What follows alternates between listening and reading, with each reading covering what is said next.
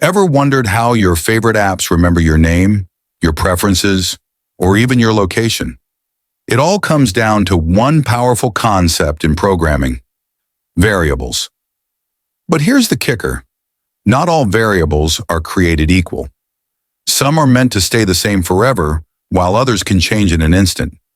Stick around because by the end of this video, you'll know exactly how to use variables like a pro and write code that's clean, efficient, and powerful.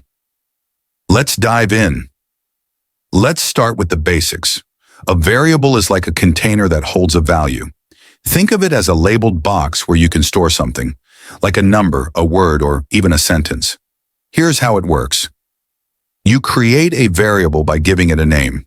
For example, city, you use the equal to sign to assign a value to it, like Chicago, 3. And finally, you end the line with a semicolon to complete the instruction. So it looks like this. But wait, did you know variable names can include numbers too?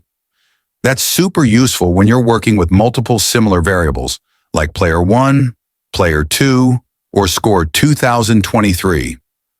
Oh, and that value, Chicago, that's called a string. Strings are just words or sentences wrapped in quotes. They can include letters, numbers, symbols, and even spaces. For example,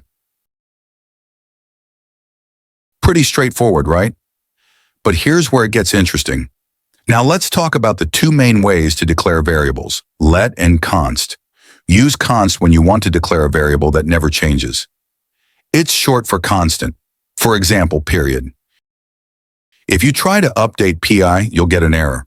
That's your computer's way of saying, hey, you promised this wouldn't change.